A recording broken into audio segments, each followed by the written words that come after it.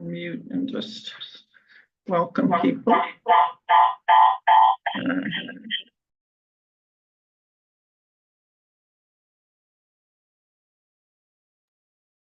Okay.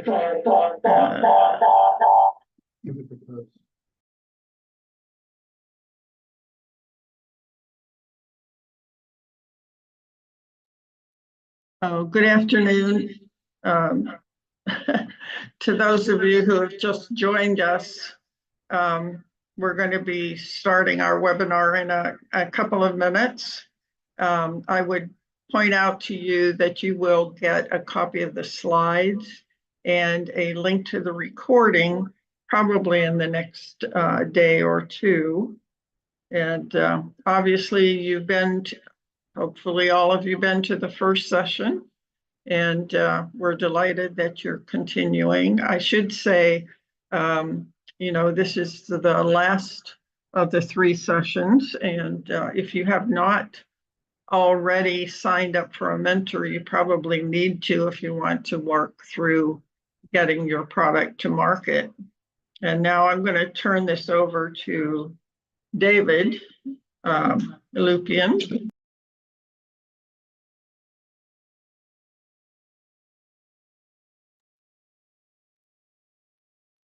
Well, hello, everyone. And we're getting an echo again. You may want to. Yeah, maybe I'm just, I don't know if I can actually close them.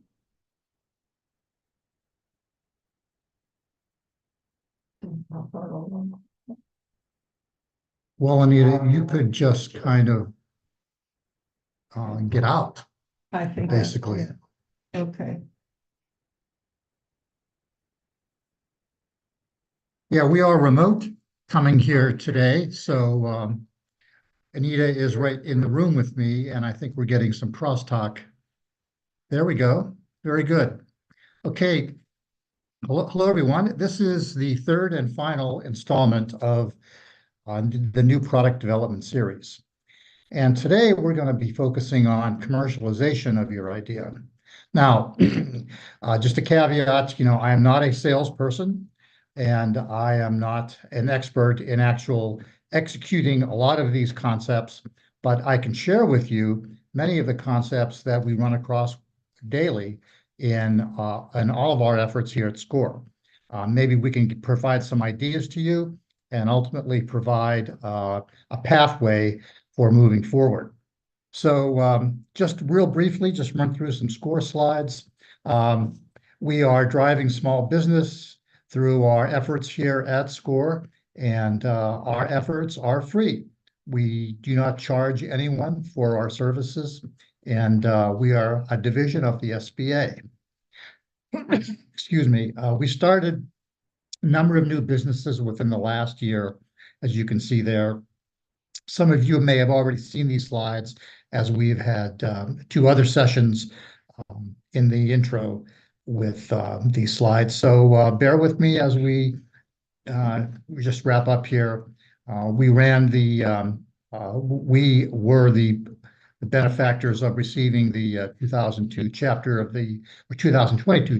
the year, and we're very proud of that. So lastly, for those of you who have not found a mentor yet, please go to our landing page, and Cleveland.score certainly has the opportunity to find a mentor and join with somebody who can show you the pathway forward with your idea. So let's talk about the commercialization aspect. Get right down to it. What I've done there in the first slide is just give you some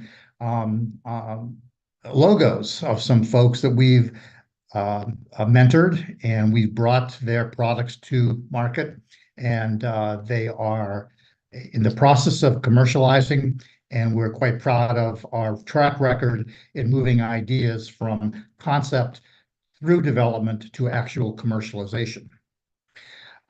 So what I want to talk about is the overall theme of The goal of every startup is to have your competition simply recognize you as a problem. I have some examples there. It doesn't matter if you're working for Mr. Coffee. You found one morning the people from Keurig knocking at your door saying, "Here we are. We are going to compete in your market space, and we're going to take market share." If you look at the top right-hand corner, the newest, latest, and greatest battle right now that's occurring is in the personal care market between Secret and this company that has developed a 72-hour whole body deodorant. I'm sure you've seen the lady on TV. I believe the product is named Mando, and they are fighting head to head in claims, in price, because Secret recognizes her, this entrepreneur startup, as a competitor taking market share from the Secret Corporation, really out of nowhere. And this is where you want to be. You want to be in a position where you can be a pain in the neck to the corporate Fortune 500 or the larger company that you're competing with. So today we're going to cover sales, whether it be B2B and B2C. They are very different, business to consumer and business to business. We are in the new economy now, and each one has its own idiosyncrasies. We're going to talk about the value proposition and how important this is. If you can develop a powerful value proposition that's compelling, short, to the point, you're going to gain the attention of your customer. We'll talk about the QVC Home Shopping Network playbook.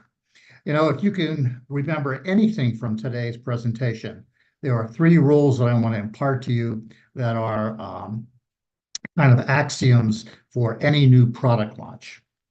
And fourthly, creating a sustainable business. How do I inexpensively build a brand? And that's probably the number one issue that a SCORE mentor would face. I don't have a lot of money. Excuse me, I don't have a lot of money, but I want to build my brand and I want to create awareness and recognition for the company that I have. And lastly, some of you folks may not be really motivated to run a company, but you have a lot of ideas and you may want to license your idea. And we'll talk about that and some of the best ways to do that. Okay, so the value proposition. At this point in your development, in the stage that we're at right now, your website should be completed, and you have developed that powerful value proposition. Here is my favorite. Anyone, anywhere can start a business. There are 6 words there that are as compelling and as powerful as you can possibly imagine. The folks at Shopify really understood that they have one and only platform to allow anybody that has a website and a physical product or a service for that matter to start a business and start to sell the product. A product or a company that I showed you in our first slide was a company mentored by SCORE, 2020-21 time period. And what they do is they have developed a fabric sensor that measures the electrolytes in your sweat. Literally, as you sweat, the sodium, potassium, etc., can be measured. And as a result of that, this can tell you and give you a personalized output for your wellness and performance as an athlete. These folks are currently residing in a lab and office at Cleveland State University, and they are scaling their way to success. So let's talk about QVC and HSN and why they are so successful in bringing products to market. Excuse me. Okay. Number one, can you explain in one sentence why you are better or improves the life or experience of the user? This is a value proposition, or it can be your 11-second elevator speech. Value proposition differing from the 11-second elevator speech in that the value proposition is really your last, I don't want to say it, your last chance to really impress someone. I mean, that sounds kind of clumsy, but the value proposition is you want to have on your website. The 11-second elevator speech is maybe something that you want to verbally tell someone. So again, in once you have to reduce your explanation down to one sentence. Secondly, it's your reason to believe. It's your product technology. It's your secret sauce. It's like, I know you're good, but tell me why you're good. Give me confidence that if I buy your product or service, that your technology or your insight or your special way of doing things is going to benefit me better or lower my price than your competition. And lastly, probably the most powerful of the three is the wow demonstration. If you can visually show performance, why you are better than anyone else, that usually sells the product and saves the day. If you look to your left there, somebody is actually cleaning the floor on a home shopping network demonstration, and they're showing that the side that our product is cleaning is better or more efficient in cleaning than the competition. So that wow demonstration is so important because we process information visually as human beings, and that usually is the decision, gives you the decision-making power to buy the product or not buy. So here are some examples. Apple Computer, their 11-second intro or their value proposition for any iPhone launch is probably the best in the business. Go to YouTube and dial up Apple Computer, iPhone 15 launch, and you'll see impactful value propositions hitting you immediately. The wow demonstration, we've all seen Flex Seal on TV, the guy in the boat, the guy breaking the glass, the guy has water coming everywhere. Flex Seal saves the day. Plexiderm the same way. They apply it to someone with wrinkles and saggy eyes. The next thing you know, they are improved 100%. Then the reason to believe example, of course, everyone uses is with Intel Inside. You buy a computer and it's going to be a good computer. The hardware and software is solid simply because Intel is telling you they have a Pentium processor inside. All right, so as you recall last time, some of you, I invented a new soap. And I called my company Dave's Specialty Soap Company. My soap company uses exotic Indian fragrances from South Asia to give you a luxury, foamy experience as you wash your hands. As I say, my value proposition is to experience the sense of South Asia. Now, my choices. I want to commercialize my product.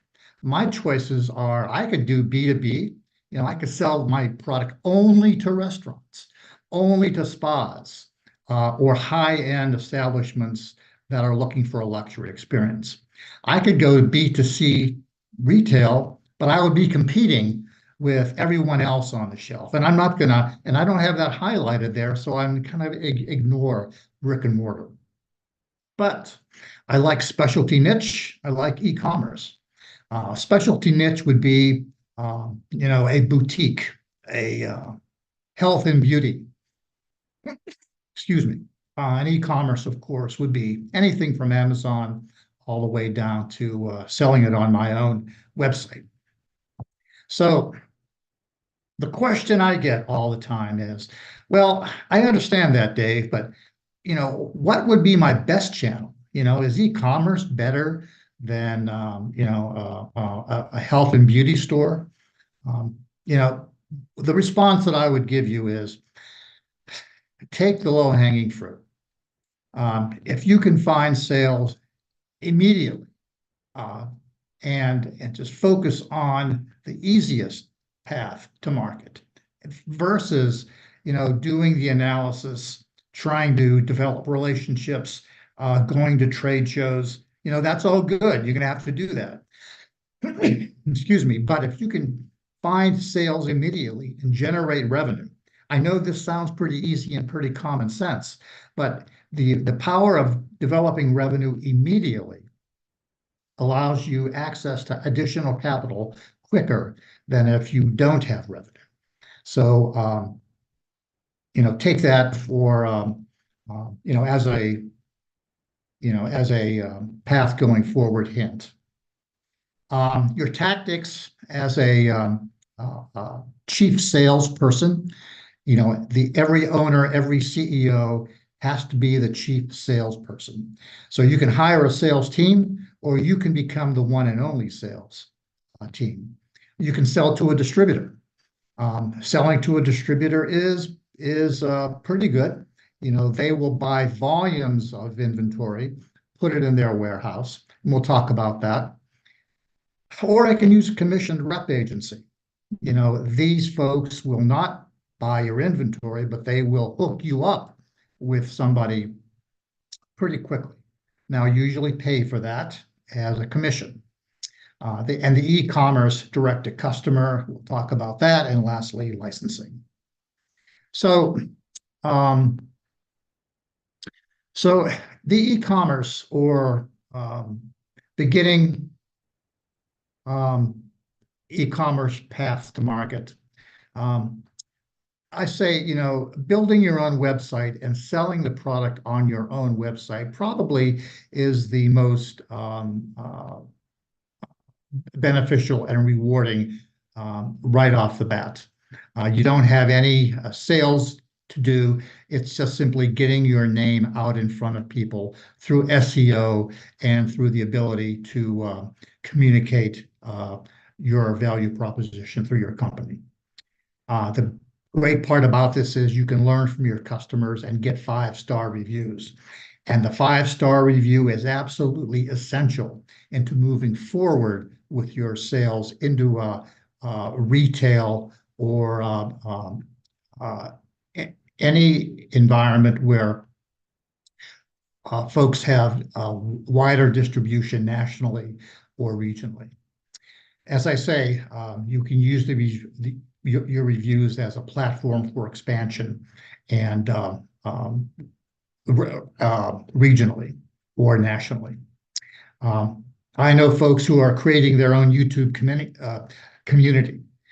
You can sell product on YouTube. If you have a very visual product to demonstrate, it's a piece of cake to get onto YouTube and to begin sales through demonstrations. And Amazon. Well, I could talk about Amazon for about an hour here. It is something that you have to consider and budget for. The best advice is to hire an Amazon consultant. It is not as easy as you think. It is quite complicated, actually. As an example, here is, oops, how do I? Oh, there we go. Here's an example. Here's the cost structure of a company that I currently advise. As you can see, there are a number of costs there. This is a P&L from May of last year. He did about $4,000 in about a week here, and the shipping, the fees, the costs, the rebates, etc. They all add up, and about 30% of what you sell on Amazon goes directly to Amazon in terms of fees. Dave, I don't mean to interrupt you, but we can't see your slides. Oh, really? No. Did that just happen, or has it Um, been like, that I don't know. uh, here? Let me see. Maybe one of the clients can tell us. Um, Let me see. Because I am sharing. Yeah. Well, it's not, I can't see your slides now.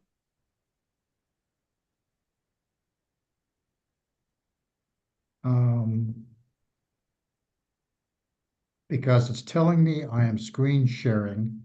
So you Oh, should be seeing something. oh, the slides they said were showing in a thumbnail. Okay, I don't know if I can do anything. There you go. You see it now? Yeah, now I can. Okay, Yeah, good. Um,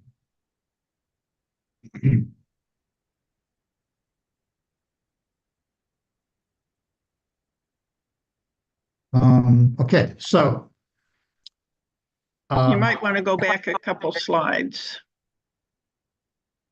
um, hmm, Yeah, right. I think right there. okay, I left off at this point, Yeah. and we just discussed that. So what I want to talk about is the importance of us content.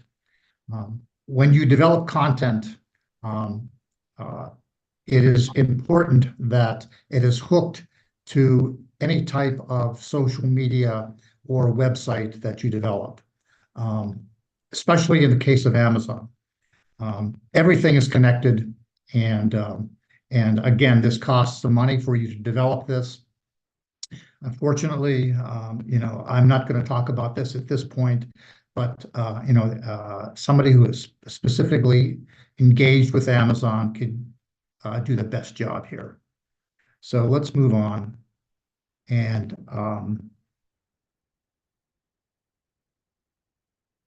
okay, so so how about let's say that we have developed. Here's an idea possibly that um, um, would fit niche or specialty products. Like for example, if you've developed a squirrel-proof bird feeder, and this is just one example, what I want to do here is give you the idea that there are many specialty websites out there that are geared directly to your product or service. Don't think of Amazon or Etsy as being the be all and end all. This particular example is, this is a website that sells specifically bird feeders. That's called woodlink.com. There's no reason why that you couldn't contact any one of these folks and get your product on this website as a new product. And it could be anything from fishing lures to school supplies to bird feeders. So don't ignore the specialty websites. As I said, there are some newer platforms out there that compete with eBay, Amazon, and Etsy, for example. These folks have been established for decades, literally at this point. But the newer platforms, you may want to look at range.com. These are retail buyers who are searching and surfing the internet, looking for new ideas. Um, Jet. These folks believe they can challenge Amazon. And, Temu, for example, is a Chinese website. Also, they want to challenge Amazon. Um, let's talk about brand building. So, a brand is a tangible asset that is economically valued. Now, I have on the right side a spreadsheet or a balance sheet. Please understand that a brand is worth something. The accountants call it, they have a line item that's called goodwill or brand equity. So when you develop a brand and you want to sell your product or sell your company, um, that becomes part of your assets. So that's the importance of brand building. It is literally something that has value and can be sold as part of the sale of your company. How do I build a brand inexpensively? Now, I had mentioned this earlier in the presentation that that's probably one of the top questions people ask and need guidance on. There are a number of categories up here, whether it be pets, sports and leisure, personal care and cosmetics, food service, senior citizens. Each one of them have their own challenges and pathways to building a brand. The most expensive one, by the way, is personal care and cosmetics. I guarantee you that everybody I have ever talked to involved in developing a personal care or a cosmetic product, their number one complaint is how much money it takes. Just simply in developing anything, whether it be marketing collateral, or our social media, or just simply attending a trade show. All of it is, that category sucks money up like you wouldn't believe. Food service, restaurants, probably a little bit more amenable to those who don't have a lot of money. You can get a line of credit from a bank. Developing your restaurant or your food service business. Products for senior citizens. That senior citizens market is fairly easy to get into and does not require a lot of money up front in terms of advertising, in terms of networking and trade shows. However, it is quite competitive. So these are some of the categories that we can talk about. Number one, probably marketing 101. Each one of these have their own value proposition. Here we go. Volvo competes with Jeep. Volvo's telling safety. Jeep is communicating off-road. The first step in any brand development is to claim that territory. Crest fights Colgate every day at the shelf, but Crest is fighting cavities. Colgate is telling you that buy our product and you will have whiter teeth.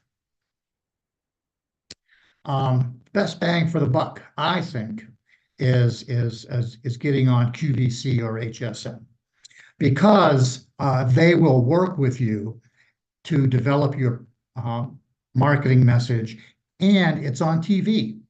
So you are killing two birds with one stone here. It's great for results-oriented products, cleaning, beauty, fashion, tools, jewelry, anything that you can show a before and after. I've had products on QVC for many, many years, whether it be my experience in the automotive side with Pennzoil or on the cleaning side with Scott Fetzer. Excuse me. Next, also, they love small U.S.-based entrepreneurs. It's the American success story. That's what drives their viewership. The downside is they have high margin needs. So as we talked about in our last presentation, gross margins of 55% is probably their bare minimums that they would look at. They love to have gross margins up in the 80s and 90s. It's simple. Fill out the website application and you will be contacted. I feel that is the highest brand impact or highest impact for brand building for a B2C, business to consumer company. And again, use the playbook because they will ask you those three things that we talked about. When you sit down in that conference room, be prepared to give them a 20-minute presentation on those three items. An example is, they love to have, as I said, work with small consumers, or I'm sorry, small companies in each category, whether it be coffee, whether it be fragrances, whether it be footwear. These are some of the companies there on the left that have used QVC and allow them a QVC to say, this is our next big find. This is our new company that we have and we are promoting. For B2B entrepreneurs, okay, we just talked about B2C. Let's talk about B2B. So you really have two pathways here. You could use a distributor or you can use a manufacturing. And for some of you who don't know the differences, a distributor will have a number of products that they sell. They need a reason to sell your product. Distributors like easy, high volume rather than work for a higher margin. Because they have salesmen on the road, they want a quick, easy sales call that they can make some easy money. You have to train them. Usually training a group is more difficult. I have found through my experiences, you're not working one-on-one with anybody. You're working with maybe 5 or 6 salesmen. The good news is they will purchase your product in large volumes and they'll inventory it. So they will go out and knock on the doors. A manufacturer's rep, often more relationship driven with any of the folks who are purchasing the product. They have spent years nurturing and growing special relationships that they will share with you. Now, you're going to pay for this, of course, with a rep commission. They may have fewer customers per territory than a distributor. They will only provide a business arrangement, right? So you ship to your customer. You just simply use them as a contact for the customer. Commission reps for slower moving goods and or a low price on your product, they'll take a 10 to 20% commission. For faster moving and or higher price, it could be low as 5 or 6, 7, 8, 10%. Trade shows, great for B2B or B2C businesses.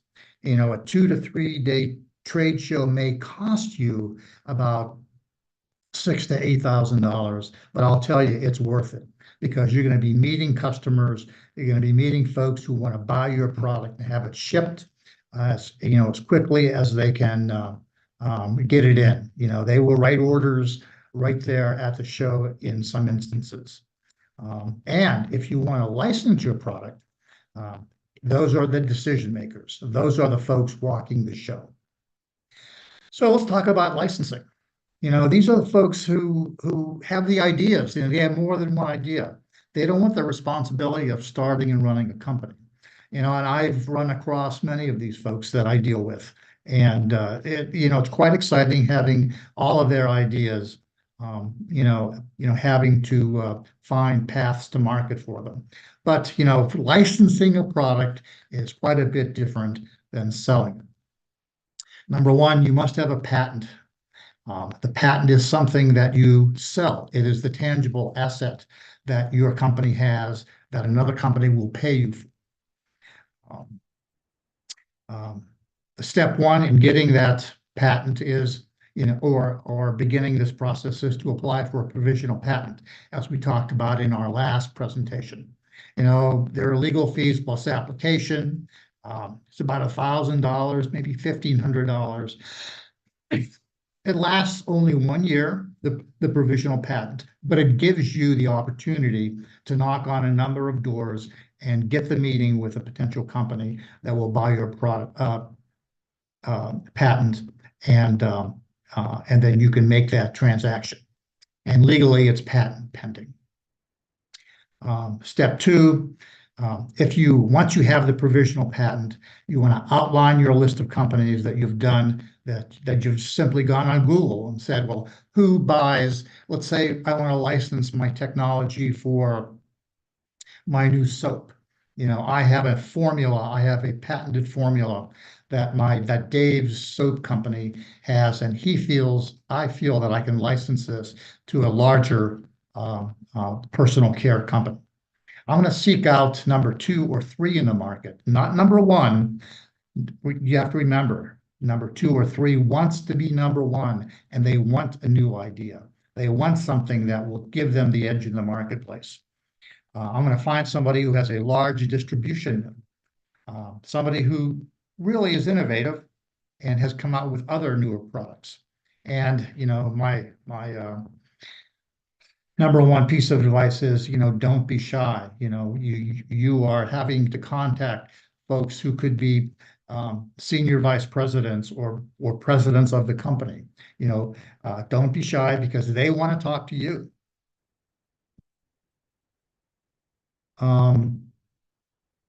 Okay, so let's talk about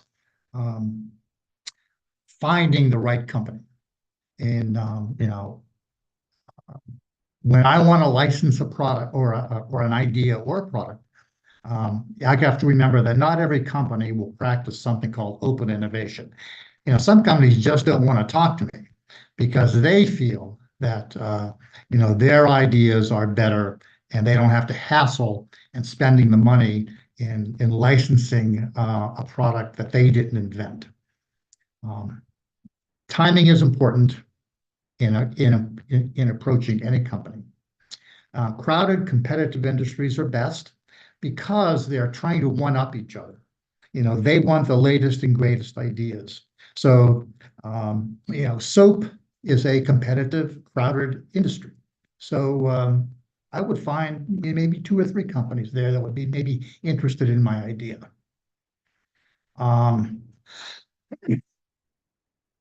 You're going to be cold calling, and senior level marketing folks probably are the best target.